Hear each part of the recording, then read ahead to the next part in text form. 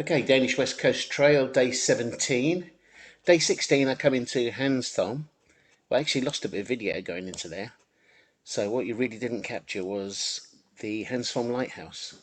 I'll show you a quick picture of that now. This is this. It's actually quite a way inland. It's in here somewhere. About here somewhere.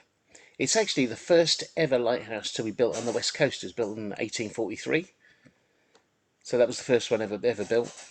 Now we're in Hanstholm, staying overnight. Obviously that's where day 17 is going to start. And then we're coming down onto the coast again, and we're going up to a place called Little Strand. This is Thai National Park still. We're out of the Thai National Park and we're going along the coast, but there's really not that much to see along here. I'll keep the video short and sweet, but we'll have a really quick recap on where we've been. So if we have a look at the map of Denmark, this is where we started off, way down here on the German border. We've gone all the way up here, and we're now doing day 17 right here. That gives us about probably 7 days left, I think, to finish it all off. So, day 17, let's get on it. Good morning everyone. West Coast Trail, day 17. And we're just the other side of the harbour now at Hanstholm. That's where I stayed last night, somewhere up there. Actually on a hill in Denmark. Okay, it's about 100 metres, but it's on a hill. Anyway, Hanstholm. That's a harbour, big fishing harbour. More than just fishing boats, there's actually a lot of fish production here. So, lots and lots of fish production going on. In fact, just around the corner there's the Royal Danish Fishery. I'll show you that in a minute. Oh, nice fishing pier. Okay, so we're back on the beach. We're heading to Little Strand today. It's about 26 clicks. So we'll get a move on. A bit dark today, but it is only about 6:30 in the morning, so we'll see how that goes. Alright, onwards. Okay, we're only a couple of minutes in. As you can see, all the beach in Hanstholm is really rocky. But right over there, you got what they call the Danish Royal Fisheries. Now they breed yellowtail kingfish. Yellowtail kingfish only grows in the southern hemisphere of the world. And it's a delicacy in Japanese food. So you can imagine if you actually want to have fresh yellowtail kingfish in Europe, it's quite difficult to get hold of. So they actually breed it indoors here to supply to all the restaurants in Europe. So yellowtail kingfish, yeah, that's where it comes from if you're eating it in Europe.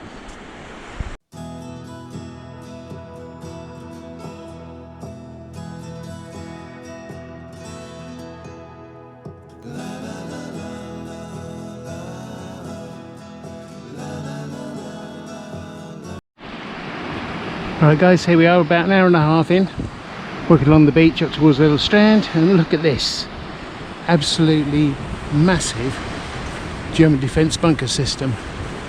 This is called WCT Battery. It's absolutely ginormous. There's tons and tons of bunkers here. Now if you have a look at that and you think that all of that 80 years ago was on a sand dune, and the dunes are over here now. So we must be looking at an erosion rate there of 1.5, maybe 2 metres a year. Astronomical. But look at it, it's massive. Can't imagine what it was defending up here. It must have been, I don't know, a brewery or a cigarette factory or something.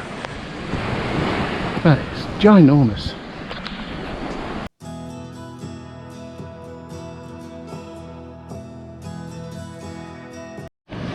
Okay, so we're right in the middle of it now. WCT Battery. Unbelievable. It just goes on and on and on. Look at it. Yeah, so there's definitely something they're protecting in WCT. I have no idea what it was. See if I can find out later. But biggest collection I've seen.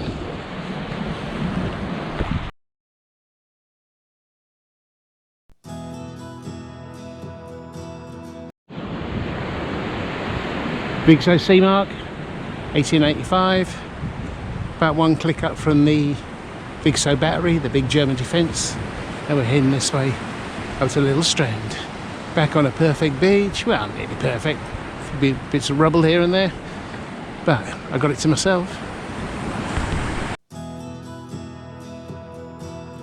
I don't know if you can see this, but we've got another seal on the beach, white one. There you go.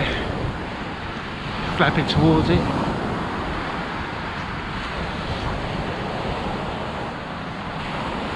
Yeah, there we go. Making a move. Scaring the poor little bugger. There he goes, waddling into the sea.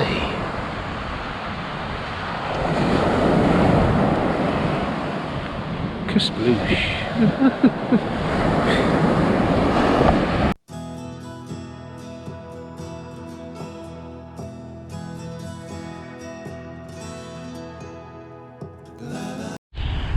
Okay, here we go guys.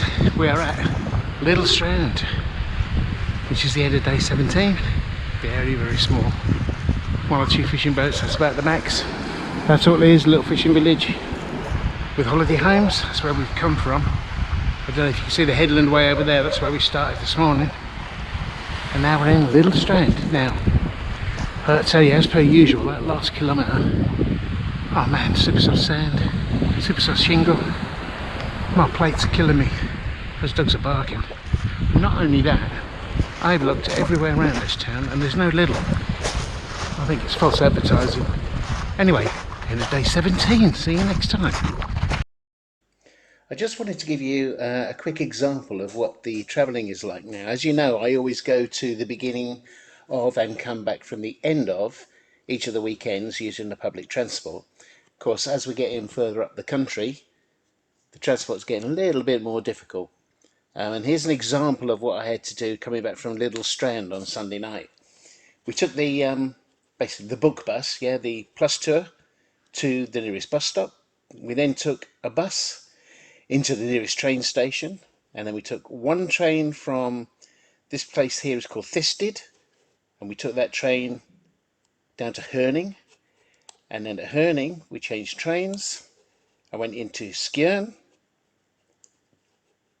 and then from Skjern we changed trains and we went down into Esbjerg. So we ended up basically 3 trains, 2 buses, and it was 5.5 hours. So it's getting more and more difficult to get there and get back at the moment.